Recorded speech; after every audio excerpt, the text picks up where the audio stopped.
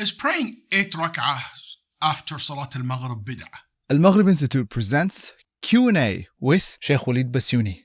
There are many questions like this. People, for example, will pray this amount of rak'ahs, read this amount of dhikr, which dua, and it's not from the Prophet ﷺ sunnah, it's not been reported in any authentic narrations.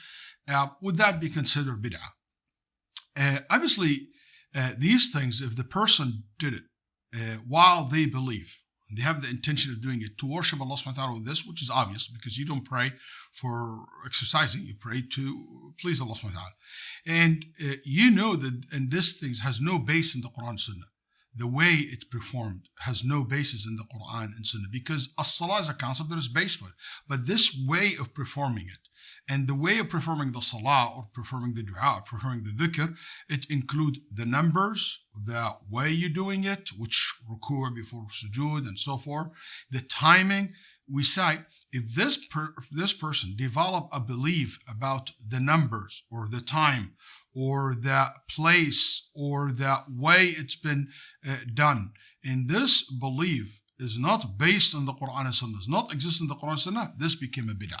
But if somebody praying 8 rak'ah just, happened to be a rak'ah, or that's the amount of time that allowed him to pray every day, sometimes he pray 8, sometimes he pray 10, maybe he can pray 8, but there is no significance for him for the numbers, just to organize himself, these are not considered bid'ah. But if the persons believe that this is the way it should, and there is a significance of this amount of rak'ahs or this specific place or this specific time, and it's not in the Quran and Sunnah, that's where the bid'ah comes from. And that's majority of bid'ah are like that. And rahimallah Sa'id al-Musayyib, when he was said, but that's a prayer. How come I will be sinful or not getting rewarded for something that I do to please Allah subhanahu wa ta'ala with?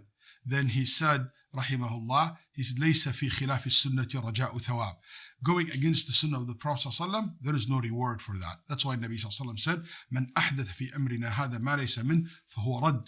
Anybody practice something not from this deen, not from this religion, is rejected, is not acceptable. So I hope that's explained to us a little bit about what is bid'ah is.